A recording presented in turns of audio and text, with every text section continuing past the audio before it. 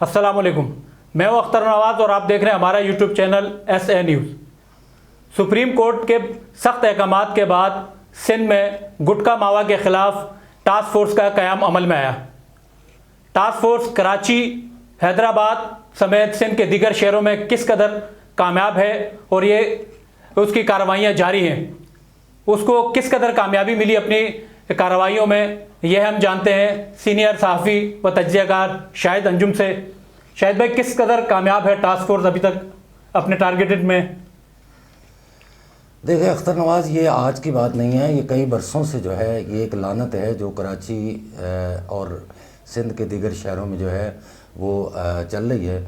और इस पर जो है बार बार महकमा हेल्थ की तरफ से ये बावर कराया जा रहा था कि गुटखा और मावा जो लोग खाते हैं वो मुंह के कैंसर के मर्ज़ में मुब्तला होते हैं, जिस पर सुप्रीम कोर्ट ने बाकायदा सोमोटो लिया था और उसके बाद जो है उनकी तरफ से सख्त अहकाम जारी किए गए थे कि गुटखा और मावा जो है इसको बंद कराया जाए। पुलिस को इसके लिए ख़ास तौर पर जो है वो टास्क दिया गया था।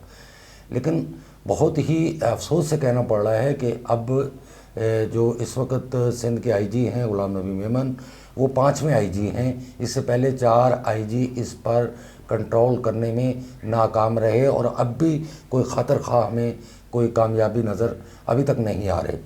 लेकिन एक काम ज़रूर हुआ है कि IG सिंध की तरफ से एक टास्क फोर्स कायम की गई थी, चूँकि गुज़श्ता दिनों जब सुप्रीम कोर्ट की तरफ से दोबारा इस पर बहुत बरहमी का इज़हार किया गया और ये अहकाम जारी किए गए कि आखिरकार ये बंद क्यों नहीं हो रहा, तो उस पर टास्क फोर्स अब काम कर रही है। बहुत सारे इलाकों में कार्रवाइयाँ हुई है जिसमें जो है कुछ लोगों को गिरफ़्तार भी किया गया है। इसमें 2 किस्म की छालियाँ हैं।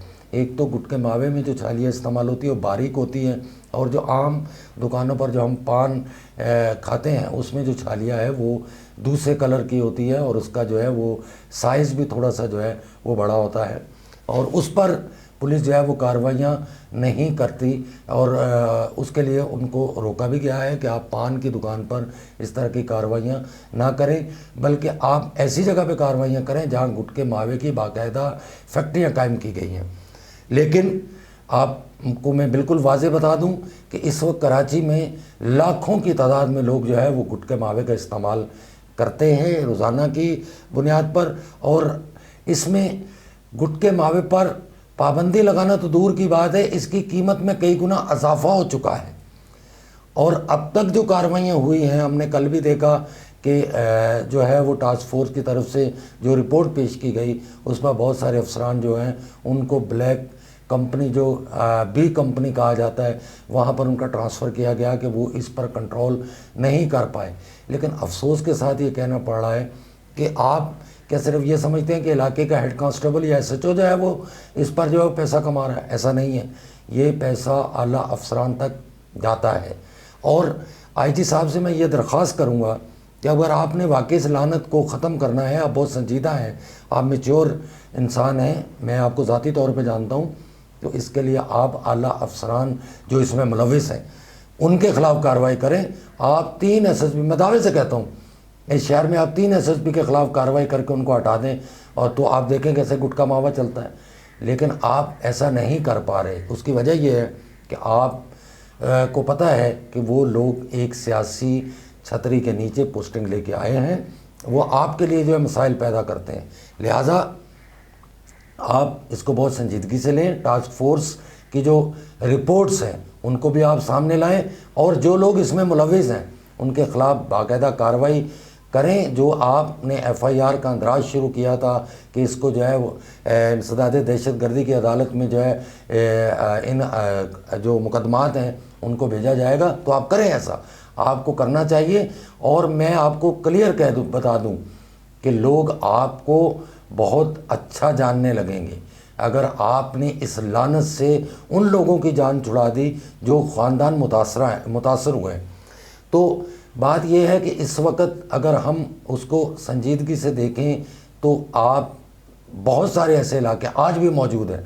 आप मेरे साथ चलें, मैं आपके टास्क फोर्स मेरे साथ चले, मैं आपको गुटखा मावा ख़रीद के देता हूँ।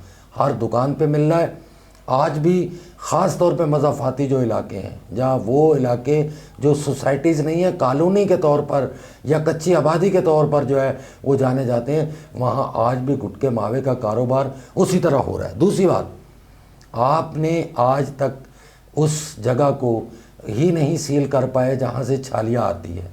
बलूचिस्तान से छालियाँ स्मगल होती है जो बदीन तक जाती है, सक्कर तक जाती है, आपके जो है वो उन इलाकों में पहुँचाई जाती है, गाड़ियों में जाती है, छुपा के भी ले जाई जाती है और सेटिंग से भी जाती है।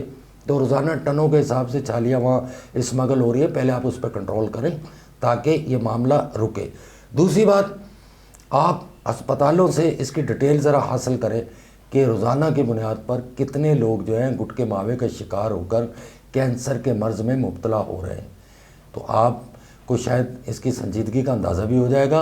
और फिर दूसरी बात, आप सुप्रीम कोर्ट के अहकामात को अभी तक उस तरह से संजीदा नहीं ले पाए जिस तरह से लेना चाहिए था। उसकी वजह यह है कि आप ये दावे तो करते हैं कि हम दहशतगर्दों के ख़िलाफ़ जंग लड़ रहे हैं, हम ये जुराइम ख़त्म कर रहे हैं, हम स्ट्रीट क्राइम ख़त्म कर रहे हैं, तो ये तो बिल्कुल आप एक ऑर्गेनाइज क्राइम के तौर पर जो किया जा रहा है उसको आप ख़त्म नहीं कर पा रहे। एक दौर था जब लोग इस शहर में जुआ सट्टा जो है उसको ये कहते थे कि ऑर्गेनाइज क्राइम है और इसमें हमें 4 पैसे मिलते हैं, हम थानों का ख़र्चा चलाते हैं। लेकिन ये तो बहुत ही हरी फसल है जो कि इस वक्त आप इसको काट रहे हैं और इससे आप रोज़ाना की बुनियाद पर लाखों नहीं करोड़ों रुपया कमा रहे हैं। तो लिहाजा आपको बहुत संजीदगी से काम करना चाहिए।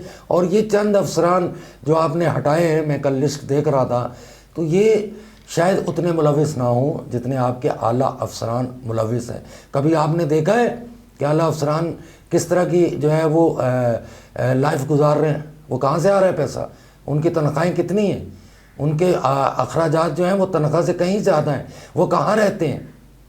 ये कभी आपने नहीं सोचा। अगर आप इसकी इंक्वायरी कराएंगे तो फिर आपको ये अंदाज़ा हो जाएगा कि जराइम कहाँ पल रहा है, कौन पाल रहा है, सरपरस्ती कौन कर रहा है। ये करोड़ों का जोमिया तौर पे तो बिल्कुल मावा गुटखा बिकता है कराची शहर में। तो क्या आप ये समझते हैं कि इसमें पुलिस पे प्रेशर है सियासी लोगों का, जिसकी वजह से ये इस तरह कार्रवाई नहीं कर पाते जिस तरह होनी चाहिए? देखिए, ऊपर जो ग्रोह है, जो मेरे पास डिटेल थी, जो मैंने हासिल की थी, इसके ऊपर कुछ ग्रोह ऐसे हैं जो कि बिल्कुल पॉलिटिकल उनको जो है वो हमायत हासिल है। आप उनका कुछ नहीं बिगाड़ सकते। वो बाकायदा जो गुटखा मावा फ़रोख्त करने वाले हैं उनसे खुद रब्ता करते हैं, कहते हैं आप काम करें, हम आपकी सरपरस्ती करते हैं। कोई SSP आपको हाथ नहीं लगाएगा, कोई DIG आपको हाथ नहीं लगाएगा। हम आपकी सरपरस्ती करते हैं। और वो आला अफसरान से मिले हुए हैं, बाकायदा आला अफसरान को इसका बाकायदा भत्ता जाता है, इसकी बाकायदा रकम उनको एक भारी रकम जो है वो मिलती है। और वो लोग जो सियासी हैं वो भी इससे बहुत बड़ा फ़ायदा उठा रहे हैं। और रोज़ाना की बुनियाद पर, ये मंथली नहीं है, ये हफ्तावार नहीं है, रोज़ाना की बुनियाद पर उनको करोड़ों रुपए मिल रहे हैं। जी बिल्कुल। आज का मौजू आपने सुना। आइंदा हम नए मौजू के साथ हाजिर होंगे। हमारे चैनल को सब्सक्राइब करना, लाइक करना और कमेंट्स करना मत भूलिएगा। आपका अपना चैनल है, आप अच्छी और बुरी राय दोनों दे सकते हैं, क्योंकि आप राय देने में हक बजाने में होंगे। अल्लाह हाफिज़।